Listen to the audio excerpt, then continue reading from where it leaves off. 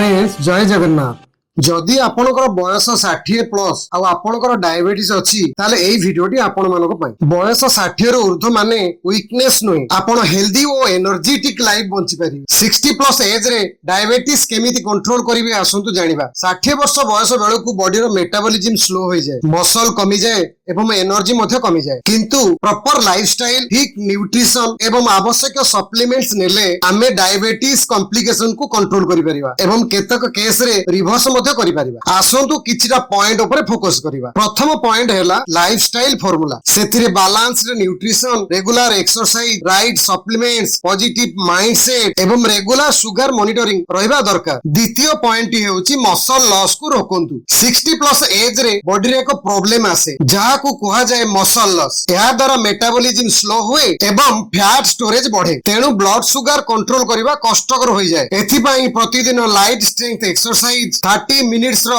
Walk एवं quality protein nutrition अत्यंत जरूरी। तृतीय रे हैला माइंड फ्लेक्सिबिलिटी। अनेक समय रे एज बढ़िले हमर माइंड रिजिड हो जाय। आमे भाबु हमर बयस हे गलानी, हम पाखरे आ केते दिन अछि, आमे हमर समय काटी सारिचु, आउ एबे body pain, weakness, diabetes, BP हेबा होची साधारण कथा। जहा सब घटुची ए सब होउची बयसर अंश। किंतु 60 प्लस एज रे हेल्दी लाइफ पई फ्लेक्सिबल माइंडसेट दरकार। एही समय रे हमर कर्तव्य हैला सेमानक मनरे विश्वास भरिबा। हमकु तुमरो आशीर्वाद और गाइडेंस आहुरी 20 वर्ष पर्यंत दरकार। आ सेथि पई तुमकु सुस्थ रहबा दरकार अछि। आ पॉजिटिव माइंडसेट थिले बॉडी मध्ये भलो रेस्पोंड करिथाय। फोर्थ पॉइंट हैला extra supplements support. 60 plus age रे बॉडी को किछि एक्स्ट्रा न्यूट्रिशन दरकार पड़िथाय। आ ठीक सप्लीमेंट्स नेले डायबिटीज कॉम्प्लिकेशन को प्रोटेक्ट करि परिबा।